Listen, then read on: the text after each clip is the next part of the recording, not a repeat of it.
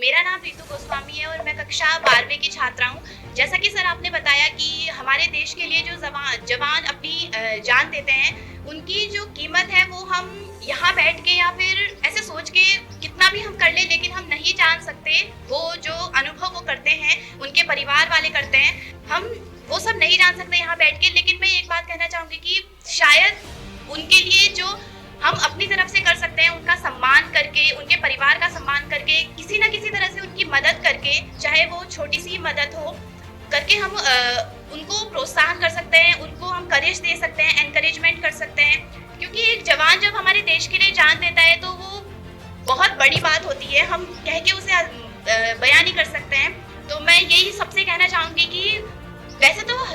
इस हमारे देश के लिए हर कोई जो है वो अपनी कंट्री को सर्व कर रहा है, चाहे वो एक टीचर हो, वो एक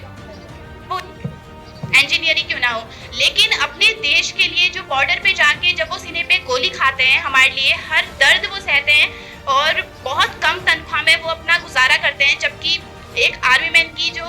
सैलरी होती है और जो बाद में उसको पेंशन मिलती है, वो उसके जीवन यापन करने के लिए बहुत कम होती है। तो